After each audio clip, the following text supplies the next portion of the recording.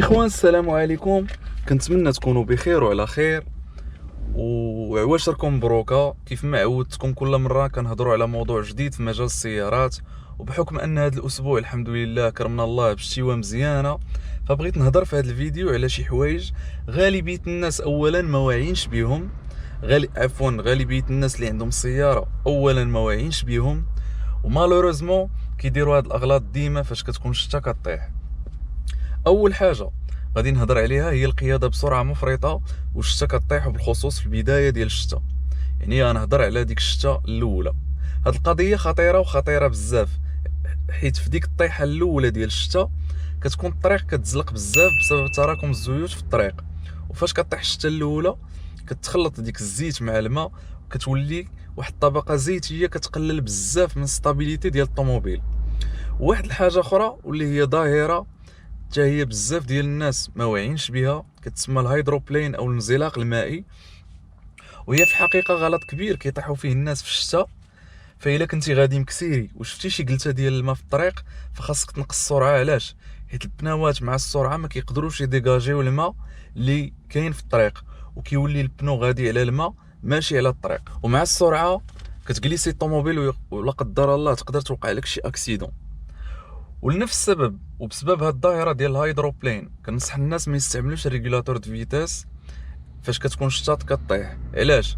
حيت فاش كدوز فوق شي قلته ديال الماء البنو كتنقص السرعه ديالو، والريغولاتور دو فيتاس كيبغي كومبونسي داك النقص بون اكسيلاراسيون اللي تقدر تخلي الطوموبيل تجليسي.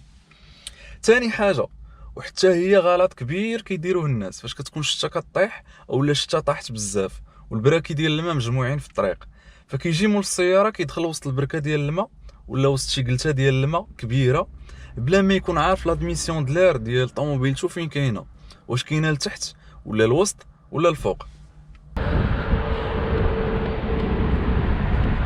فمثلا الاخوان الا خدينا الطوموبيل اللي بين يدينا كيف ما كنشوفوا الفلتراير كاين الفوق ياك، ولكن راه ماشي بالضروره الا كان الفلتراير الفوق تكون لادميسيون د لير حتى هي تكون الفوق. فمثلا تقدر تلقى الفلتراير الفوق ولادميسيون تكون لتحت، ولكن في هذه الحاله ديال الطوموبيل اللي عندنا هاد الطويوطا هادي عندنا الفلتراير الفوق وعندنا لادميسيون حتى هي الفوق كيف ما كتشوفوا.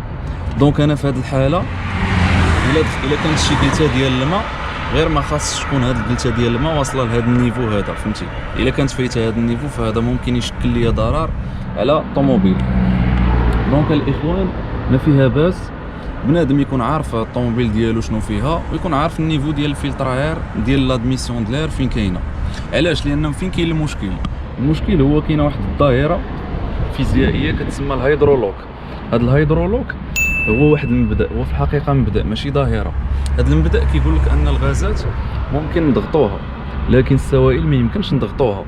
داكشي علاش الا قدر الله ودخل لك الماء من دخلتي كانوا شي فيضانات ولا كانت شي قلته ديال الماء ومشى دخل لك الماء من لادميسيون د لير دخل لك الموتور، ف دخل لك لداخل الموتور فيقدر هذاك اعتمادا على هذا المبدا فاللي ليكيد ما السوائل ما كيضغطوش، يعني البيستون ديالك يقدر يتهرس والموتور يقدر يمشي. يعني ما فيها باس الاخوان، اي واحد عنده طوموبيل يكون عارف لادميسيون د لير ديالو فين كاينه باش ايفيتي هاد المشاكل وصاف. وكنتمنى النصائح ديالي تكونوا فهمتوها باش تجنبوا المشاكل والاضرار في طوموبيلاتكم فاش تكون الشتا كطيح. وعواشركم مبروكه، والى فيديو اخر مع موضوع اخر.